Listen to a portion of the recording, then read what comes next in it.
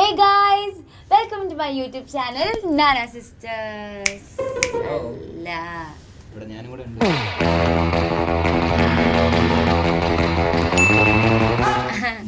Yes, അപ്പോൾ പേര് മാറിപ്പോയി. അപ്പോൾ ഇനി തൊട്ട് നാന സിസ്റ്റേഴ്സ് അല്ല. Welcome to our new YouTube channel പോ ആൻഡ് കാ. സോ പോകാ.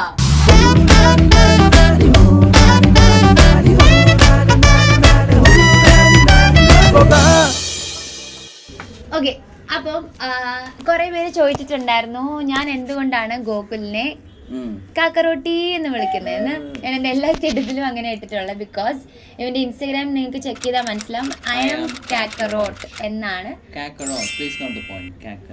കാക്കറോട്ട് എന്താ എന്താ കാക്കറോട്ട്? ഡ്രാഗൺ ബോൾ സി അതിലെ ഗോകുലിന്റെ നിക്നെയിമാണ് കാക്കറോട്ട്. അതൊരു അനിയം ക്യാരക്ടറാണ്. സോ അത് അവന് ഇഷ്ടമായതുകൊണ്ട്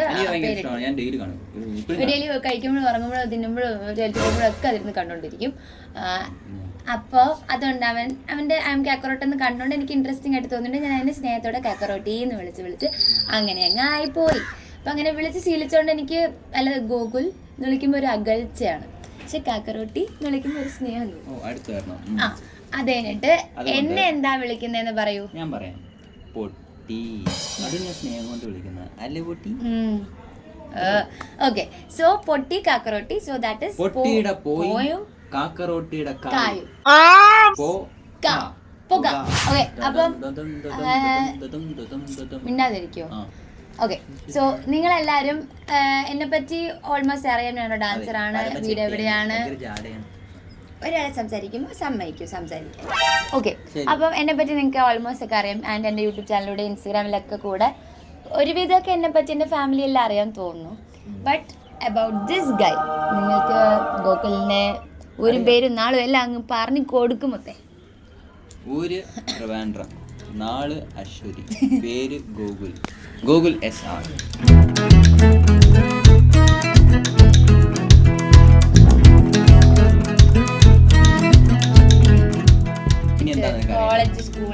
കോളേജ് സ്കൂളൊക്കെ എല്ലാം ട്രിവാൻഡ്രത്ത് തന്നെയാണ്. സ്കൂള് ഭാരതി വിദ്യാഭവൻ, നമ്മൾ ഭവനേജ്. പിന്നെ കോളേജൊക്കെ ആർട്സ് കോളേജിലായിരുന്നു. പിന്നെ AJ കോളേജിൽ പഠിച്ചു. BCom ആർട്സ് കോളേജിൽ, MCom AJ കോളേജ്. അതൊക്കെ കഴിഞ്ഞു. പിന്നെ ടെക്നോ പാർക്കിൽ നമ്മൾ കയറി, കമ്പനിയിൽ കയറി, ഫിനാൻസ് അനലിസ്റ്റ്. പിന്നെ അത് കഴിഞ്ഞു. അതിൻ്റെ കൂടെ തന്നെ ഡാൻസ് ഉണ്ടായിരുന്നു. പിന്നെ ഡാൻസ് പ്രൊഫഷണലാക്കി, കരിയറായി. അതെ, ഗ്രൂവീസ് ഡാൻസ് സ്റ്റുഡിയോയിൽ ഇപ്പോൾ ഇൻസ്ട്രക്ടറായിട്ട് വർക്ക് ചെയ്യുന്നു. ആൻഡ് മാനേജിങ് ഡയറക്ടർ എല്ലാം ആണ്. അല്ലാതെ വീട്ടില് അമ്മ, അച്ഛൻ, രാജമ്മ, അച്ഛൻ, ചേട്ടൻ, ഏട്ടത്തി, കുഞ്ഞുമാവ, ഇത്രയും പേരാണുള്ളത്. പിന്നെ ഒരു കാവൽ പട്ടിയും കൂടെ. അതെ, കൈസർ. യെസ്.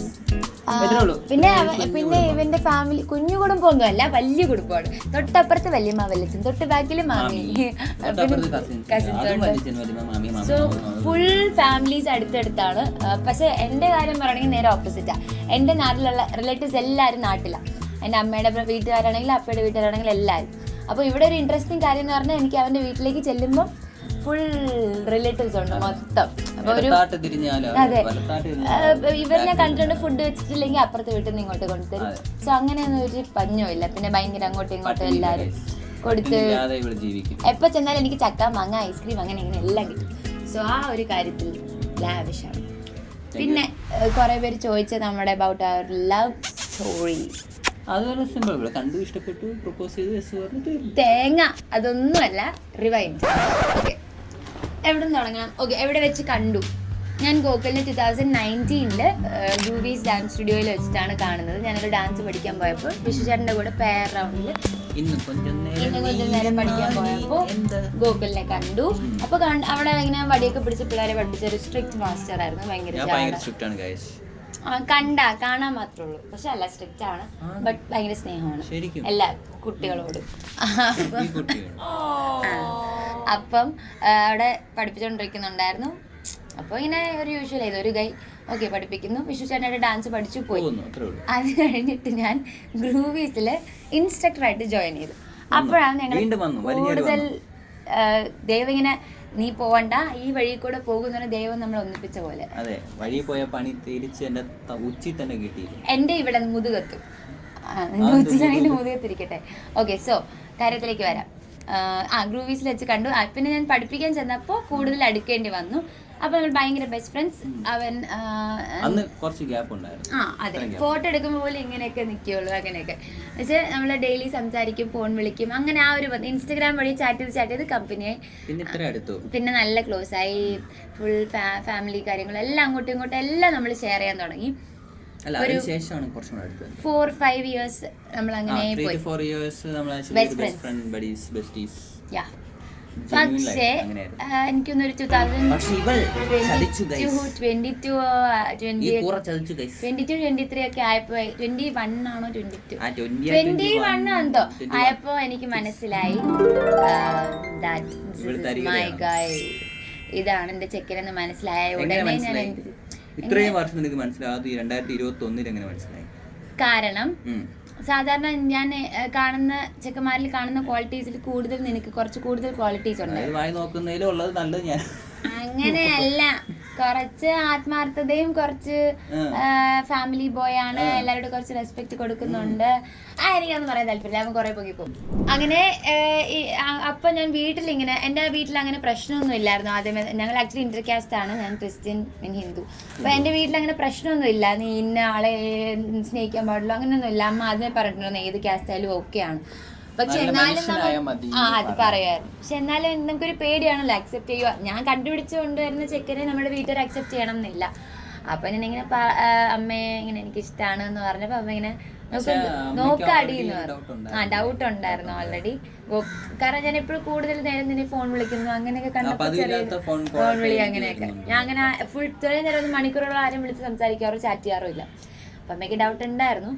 അങ്ങനെ ഗോകുലം നടന്നപ്പോ അമ്മ ഇങ്ങനെ നോക്കാടി എന്ന് പറഞ്ഞപ്പോ എന്തോ ഒരു വലിയൊരു ആശ്വാസം. ഞാനും ശരിക്കും അതിശയിച്ചു പോയി. കാരണം പെട്ടെന്ന് ഞാൻ വിചാരിച്ച് ഇവിടെ വീട്ടില് കുറച്ച് സീനൊക്കെ ആയിരിക്കും, പ്രശ്നമായിരിക്കും. നോർമൽ നമ്മൾ അങ്ങനെയാണല്ലോ കേട്ടിട്ടുള്ളത്, ഗേൾസിന്റെ ഫാമിലിയിലായിരിക്കുമല്ലോ പ്രശ്നമുള്ളത്. അപ്പം ഞാൻ വിചാരിച്ചു ആദ്യം ഏതെങ്കിലും ഒരു ഫാമിലിയിൽ സെറ്റ് ആക്കണം. അപ്പം ഭയങ്കര പാടായിരിക്കും. പക്ഷെ എൻ്റർലി ഡിഫറെന്റ്, തല തിരിഞ്ഞു. പെട്ടെന്ന് ഇവിടെ ഫാമിലിയിൽ എല്ലാവർക്കും ഓക്കെ. അത് മാത്രല്ല, അമ്മ കഴിഞ്ഞിട്ട് അപ്പയ്ക്ക് ഓക്കെ ആയിരുന്നു, അപ്പയും സപ്പോർട്ടീവ് ആയിരുന്നു. നന്ദുവും ഗൂഗിളിലും നന്ദുവും ക്ലാസ് എടുക്കുന്നുണ്ടായിരുന്നു 2 weeks. അപ്പൊ നന്ദു ഭയങ്കര സപ്പോർട്ടായിരുന്നു. ബിക്കോസ് അവൾക്ക് ഓൾറെഡി അറിയായിരുന്നു. ഞാൻ ഇങ്ങനെ ചോദിച്ചപ്പോ തന്നെ എനിക്കിനൊരു കാര്യം പറയാണെന്ന് പറഞ്ഞപ്പോ തന്നെ അറിയാം ഗൂഗിൾ ചേട്ടന്റെ കാര്യമല്ലേ എന്ന് പറഞ്ഞിട്ട് ഓൾറെഡി പറഞ്ഞു. അപ്പൊ അവൾക്കും ഓൾമോസ്റ്റ് ക്ലിയർ. പിന്നെ അമ്മമ്മയ്ക്കും അറിയായിരുന്നു. അമ്മാമ കാരണം ഗൂഗിൾ എല്ലാവരുമായിട്ട് പെട്ടെന്ന് മിങ്കിളാവും. അപ്പം അമ്മാമയ്ക്കാണെങ്കിലും ഇഷ്ടമായിരുന്നു. പിന്നെ അവൻ അടുക്കളയിൽ നിന്ന് വന്ന് ഫുഡൊക്കെ കഴിക്കും, എല്ലാ അടുക്കളയിൽ കയറി അങ്ങ് ഫുഡൊക്കെ കഴിക്കും. അപ്പം അമ്മാമയ്ക്ക് അങ്ങനെ ചെറുമാർ ഭയങ്കര ഇഷ്ടം. അതുകൊണ്ട് എൻ്റെ വീട്ടിൽ ഓൾമോസ്റ്റ് എല്ലാം ഓക്കെ. ബട്ട് ഇനി കമ്മിങ് ടു ഹിസ് ഫാമിലി ഒരു തടസ്സമേ ഇല്ലാതെ സ്മൂത്ത് ആയിട്ട് കാര്യങ്ങൾ ഡീൽ ചെയ്തു. And coming back to my side, എന്റെ പൊന്നോ എല്ലാം ഉണ്ട്. അല്ല, അവൻ ആദ്യമേ ആയിട്ട് ചോദിച്ചിരുന്നു. ആദ്യമേ ഞാൻ പ്രൊപ്പോസ് ചെയ്തപ്പോ അവൻ അക്സെപ്റ്റ് ചെയ്തില്ല. ഫസ്റ്റ് ഓഫ് ഓൾ എനിക്കിതിന് വേണ്ട, ഞാൻ നോ പറഞ്ഞു. ആദ്യമേ നോ പറഞ്ഞു, രണ്ടാമത് നോ പറഞ്ഞു. കാരണം അവന്റെ ഫുൾ മൈൻഡില് മൊത്തം ഇവന്റെ ഫാമിലി എന്ത് ഫുള്ളായിട്ട് ആലോചിക്കും. ഞാൻ എടുത്ത് ചാടി പറയത്തില്ല. ഞാൻ ആദ്യം ജസ്റ്റ് ഞാൻ ഇത് വന്നപ്പോഴേ ഇവിടെ പറഞ്ഞപ്പോഴേ ഞാൻ ഫാമിലിയെ പറ്റി ആലോചിച്ചു. ഈശ്വര, എൻ്റെ വീട്ടില് അമ്മ വലിച്ചു കീറും ഇവിടെ എന്നുള്ള രീതിയിലാണ്. അതുകൊണ്ട് ഞാൻ പിന്നെ നോ നടക്കില്ല, ഭയങ്കര സീനാണ്, നടക്കില്ല എന്ന് പറഞ്ഞു. നോ തന്നെ പറഞ്ഞു. പക്ഷെ ഇവള് ഇങ്ങനെ കീപ്പ് ഓൺ ട്രൈ എന്നുള്ള രീതിയിൽ അവള് വിടാതെ ഇങ്ങനെ പിടിച്ച് അള്ളി പിടിച്ച് ഇങ്ങനെ ഇരിക്കും. അല്ല, ഇവൻ ചോദിച്ചിരുന്നു എനിക്കൊരു 2 വർഷം സമയം തരണം. അത് കഴിച്ച് ഞാൻ പറഞ്ഞു, എടാ എനിക്ക് ഇപ്പം ഫാമിലി ഇതൊന്നും നോക്കാതെ ഞാൻ എന്നെ മാത്രം നോക്കുകയാണെങ്കിൽ എനിക്കിഷ്ടമുണ്ട്. പക്ഷേ ഈ ഫാമിലി കാര്യങ്ങളൊക്കെ ഉണ്ട്, ഇവരെയൊക്കെ ഒന്ന് പറഞ്ഞ് മനസ്സിലാക്കാനൊക്കെ പറ്റുമെന്ന് എനിക്കറിയില്ല. ഒരു ഊഹം മാത്രമേ ഉള്ളൂ, ഒരു ചെറിയൊരു ഹോപ്പ് മാത്രമേ ഉള്ളൂ. അപ്പോൾ അതുകൊണ്ട് എനിക്ക് കുറച്ച് ടൈം വേണം അവരെല്ലാവരും പറഞ്ഞ് മനസ്സിലാക്കാനും എന്നൊക്കെ പറഞ്ഞു. അതെൻ്റെ അമ്മയ്ക്കും അപ്പയ്ക്കും എല്ലാവർക്കും ഓക്കെ ആയിരുന്നു. ഫാമിലിയോട് ഞാൻ പറഞ്ഞായിരുന്നു ഇങ്ങനെ എനിക്കിഷ്ടമാണ്, പക്ഷേ ഇത് വീട്ടിൽ കുറച്ച് സീനാണ്. ഓൾറെഡി ഞാൻ പറഞ്ഞു അവർക്ക് കാസ്റ്റിൻ്റെ ഭയങ്കര ഇഷ്യൂ ഉണ്ട്. അപ്പോൾ അതൊന്ന് പറഞ്ഞ് ഒന്ന് സോഫ്റ്റ് ആക്കാനൊക്കെ സമയം വേണം. അപ്പോൾ ആക്ച്വലി നയനയുടെ അമ്മയും അപ്പയൊക്കെ ഭയങ്കര സപ്പോർട്ട് ചെയ്യാൻ, കുഴപ്പമില്ല നോക്കാം എന്നൊക്കെ എന്നെ പറഞ്ഞത്. പക്ഷെ നമുക്ക് ഇവന്റെ ഫാമിലി ഒരിക്കലും കുറ്റപ്പെടുത്താനും പറ്റത്തില്ല. ബിക്കോസ് അവര് വളർന്നു വന്ന രീതി, കാര്യങ്ങള്, ബാക്കിയുള്ള നാട്ടുകാരെയൊക്കെ നോക്കിയിട്ട്. ആൻഡ് അത് മാത്രല്ല, എന്നെ പറ്റി അങ്ങനെ വലിയ ഐഡിയ ഒന്നും ഇല്ലായിരുന്നു അമ്മയ്ക്ക് വെച്ചിട്ട്. അവർ നോക്കുമ്പോൾ ഡാൻസർ അത്രേ അറിയുണ്ടായിരുന്നുള്ളൂ. അതെ, അങ്ങനെയായിരുന്നു. പക്ഷെ പിന്നെ പതിയെ എങ്ങനെയാ റൂട്ട് ഒന്ന് പെട്ടെന്ന് പറഞ്ഞു കൊടുക്കും. പെട്ടെന്ന് പറയാൻ ഇതെങ്ങനെ പറയും, പെട്ടെന്ന് ഒരുപാട് നമ്മൾ ട്രൈ ചെയ്തിട്ടാണ് ലാസ്റ്റ് ഈ ഒരു നിമിഷം വരെ എത്തിയത്. ലൈക്ക് ഫസ്റ്റ് മെയിൻലി ഒരു ചേട്ടന്റെ ഒരു കല്യാണം ഉണ്ടായിരുന്നു. ആക്ച്വലി ഇവിടെ ഞാൻ ഇൻട്രൊഡ്യൂസ്, എന്റെ ഫാമിലി ഞാൻ ഇൻട്രൊഡ്യൂസ് ചെയ്ത ഒരു ദിവസമുണ്ട്. അപ്പോൾ ആ ചേട്ടൻ്റെ എൻഗേജ്മെന്റ് നിശ്ചയത്തിന് അന്ന് ഞാൻ ആ ചേട്ടനായിട്ടാണ് ആദ്യം പരിചയപ്പെടുത്തി. ഫാമിലിയിൽ എൻ്റെ ഫാമിലിയിലോട്ട് എൻ്റർ ചെയ്യുന്നത് ഫസ്റ്റ് ആയിട്ടാണ്. എൻ്റെ കസിൻ ചേട്ടൻ സജു ചേട്ടൻ്റെ കൂടെ തന്നെ അങ്ങനെ പരിചയപ്പെടുത്തിയതിന് ശേഷം പുള്ളിക്കാരൻ്റെ എൻഗേജ്മെന്റ് റിലേറ്റീവ്സ് എല്ലാവരുമായിട്ട് കമ്പനി ആയിട്ടോ, എല്ലാവരും അറിഞ്ഞു വെച്ചു ഇങ്ങനെ ഒരു കുട്ടിയുണ്ട്. അതിന് മുന്നേ നേരത്തെ എന്റെ ചേട്ടന്റെ കല്യാണത്തിന് ഇവിടെ വന്നിട്ടുണ്ടായിരുന്നു. അന്ന് എല്ലാരും ഇങ്ങനെ നോട്ട് ഇട്ട് വെച്ചിട്ടുണ്ട്, അന്ന് റിലേഷൻ അല്ലായിരുന്നു, ബെസ്റ്റ് ഫ്രണ്ട് ആയിരുന്നു. അപ്പൊ അന്ന് എന്റെ ഫാമിലി ഉള്ളവർക്കൊക്കെ കുറച്ച് ഒരു ഇതുണ്ട്, ഇടയ്ക്കിടയ്ക്ക് പറയും കൂടുതൽ അങ്ങ് വിളിക്കണ്ട, തലയിൽ കയറി ഇരിക്കും എന്നൊക്കെ പറഞ്ഞ് അമ്മ എന്നെ ഒരുപാട് പറഞ്ഞിട്ടുണ്ട്. അന്നൊന്നും നമ്മൾ ബെസ്റ്റ് ഫ്രണ്ട്സ് ആണ്, അങ്ങനെയൊന്നും പോവില്ല. അപ്പൊ ആ ഒരു മൈൻഡിലാണ് പറഞ്ഞത്. പിന്നെ ഇവന് ഈ ഒരു സിറ്റുവേഷൻ ഇവിടെ ചതിച്ചതിന് ശേഷം പിന്നെ കാര്യമൊക്കെ ഉൾട്ടായി. അമ്മ പണ്ട് പറഞ്ഞതൊക്കെ എക്സാക്ട്ലി നടക്കാൻ പോവാം. അപ്പൊ ഞാൻ വിചാരിച്ചു ഈശ്വര ഇനി ഞാൻ ഇഷ്ടമാണെന്ന് പറയുമ്പോഴത്തേക്ക് അവർക്ക് എന്തായാലും പക്ഷെ ഗോകുൽ ഒരിക്കലും റിബൽ ആയിട്ടൊന്നും അല്ല വീട്ടിൽ സംസാരിച്ചിട്ട് പ്രസന്റ് ചെയ്തിട്ടുള്ളത്. എനിക്ക് ഇവിടെ തന്നെ വേണം, അങ്ങനെ വാശി പിടിച്ചിട്ടൊന്നുമില്ല. അവൻ ഭയങ്കര പീസ്ഫുൾ ആയിട്ട് കാര്യങ്ങൾ ഡീൽ ചെയ്ത് പോകുന്ന ഒരു വ്യക്തിയാണ്. സോ ഒരിക്കലും ദേഷ്യപ്പെടരുത്. അവര് ഫ്രസ്ട്രേഷനിലും കാര്യം വന്ന് അവർ ഒരുപാട് കാര്യങ്ങൾ ചിന്തിച്ചിട്ടാണ് അവര് പറയുന്നത്. അപ്പൊ നമുക്കറിയില്ലല്ലോ അവരെ സൈഡ്, അവരെ പോയിന്റ് ഓഫ് തിങ്കിങ് എങ്ങനെയാണെന്ന് നമുക്കറിയില്ല. അപ്പൊ അത് മനസ്സിലാക്കി സമയം എടുത്ത്, അത് ഞാൻ 2 വർഷം എടുത്ത് കഴിച്ചു, 2 years. അങ്ങനെ അത് ഓരോ ആൾക്കാരെ പരിചയപ്പെട്ട് ഇവളെ സ്വഭാവം, ഇവളെ ക്യാരക്ടർ, ഇവളെ ആരാണ് എന്താണെന്നൊക്കെ അവർക്ക് മനസ്സിലാക്കി പിന്നെ അവർക്ക് അത് ഇഷ്ടപ്പെട്ടു തുടങ്ങി. അങ്ങനെ ഓരോ ഫാമിലി മെമ്പേഴ്സിനെ ഞാൻ ഇൻട്രൊഡ്യൂസ് ചെയ്യിപ്പിച്ച്, കസിൻസിനെ ഫുൾ ഇൻട്രൊഡ്യൂസ് ചെയ്യിപ്പിച്ചു. പിന്നെ വല്യച്ഛൻ, മാമിക്കൊക്കെ ഓൾറെഡി അറിയാമായിരുന്നു. ഞാൻ ഇത് പറയുന്നതിന് മുന്നേ അവർക്ക് ഓൾറെഡി ഫിക്സ് ചെയ്ത് അവൾ നല്ല കുട്ടിയാണ്. കാരണം ഇവരൊക്കെ ഏറ്റവും പ്ലസ് എന്ന് പറഞ്ഞാൽ ഇവളെ സീരിയലൊക്കെ മിക്കവരും കാണും.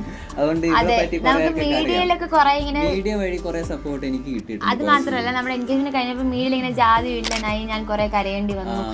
വീട്ടുകാരെ സമ്മതിച്ചിട്ട് ആക്ച്വലി ഞാൻ കരഞ്ഞത് എന്റെ വീട്ടുകാരെ സമ്മതിക്കാത്തോണ്ടല്ല, ഗോകുലിന്റെ വീട്ടിൽ കുറച്ച് പ്രശ്നങ്ങൾ ഉണ്ടായിരുന്നു. കാരണം അതിപ്പോ ആർക്കാണെങ്കിലും തൊട്ടടുത്ത ദിവസം അക്സെപ്റ്റ് ചെയ്യത്തില്ല, കുറച്ച് സമയം കൊടുക്കണം. പക്ഷെ എനിക്ക് ഭയങ്കര പെടപ്പായതുകൊണ്ട്, ഒട്ടും ക്ഷമയില്ലാത്തതുകൊണ്ട് ഞാൻ ഡെയിലി കരച്ചിലായിരുന്നു. എപ്പോൾ സമ്മതിക്കും, എപ്പോൾ വീട്ടിൽ സമ്മതിക്കും അങ്ങനെ കരഞ്ഞുകൊണ്ടിരുന്നു. പക്ഷെ ആ കരച്ചിലൊക്കെ എനിക്കിങ്ങനെ ഓരോ തവണ ഇവന്റെ വീട്ടുകാർ അക്സെപ്റ്റ് ചെയ്യുമ്പോൾ, ഓരോ ഫാമിലീസ് ഇങ്ങനെ അക്സെപ്റ്റ് ചെയ്ത് വരുമ്പോൾ കിട്ടുന്ന ഒരു സന്തോഷവും സാറ്റിസ്ഫാക്ഷനും എന്നെ ഇവർ അക്സെപ്റ്റ് ചെയ്യുന്നുണ്ടല്ലോ എന്നുള്ള ആ ഒരു ഹാപ്പിനെസ് പറഞ്ഞാൽ തീർക്കാൻ പറ്റാത്ത. സോ അതിന് ഗോകുലിന്റെ വീട്ടുകാർക്കും എല്ലാവർക്കും താങ്ക് യു സോ മച്ച്, എന്നെ അക്സെപ്റ്റ് ചെയ്തതിന്. അവരെത്രയൊക്കെ പറ്റില്ല എന്ന് പറഞ്ഞാലും പിന്നെ അവർ മനസ്സിലാക്കി എല്ലാവരും മാറിയില്ലേ. സോ അതിന് നമ്മളൊരു സമയം കൊടുക്കണം. അതാണ് ഞങ്ങളുടെ ഒരു വിജയം. സോ അങ്ങനെ നമ്മൾ ഇവിടെ നേരെ എത്തി. ഇനി കുറെ ഇതൊക്കെ ഉണ്ട് കേട്ടോ, വഴികളൊക്കെ ഉണ്ട്. അതെ, കുറെ അകത്ത് നിങ്ങൾക്ക് ഇനി എന്തെങ്കിലുമൊക്കെ അറിയണമെങ്കിൽ കമന്റ് ചെയ്തോ, നമ്മളത് അടുത്ത വീഡിയോയിലും കൂടെ ആഡ് ചെയ്യാം. കുറച്ച് എലാബറേറ്റ് ചെയ്തോണി പറയാം. അപ്പോ നമുക്കെന്നാ അപ്പോ നമുക്കെന്നാ ഇന്നത്തെ വീഡിയോ വൈൻഡപ്പ് ചെയ്താലോ, സ്റ്റോപ്പ് ചെയ്യാം. ഇനി അടുത്ത എപ്പിസോഡിൽ ഞങ്ങൾ കുറച്ചും കൂടി ഇൻട്രസ്റ്റിംഗ് ആണ് നമ്മുടെ എൻഗേജ്മെന്റിന്റെ പ്രിപ്പറേഷൻസും, ആദ്യം എന്തൊക്കെ ചെയ്തു, എവിടെയൊക്കെ പോയി, എങ്ങനെയൊക്കെ ആയിരുന്നു. അതെ, ഫുൾ സംഭവം ഞങ്ങളാണ് മൊത്തം നടത്തിയത്. അപ്പൊ നമുക്കെന്നാ അടുത്ത എപ്പിസോഡിൽ കാണാം. ഗൈസ്, സോ ബൈ ഫ്രം പോ ആൻഡ്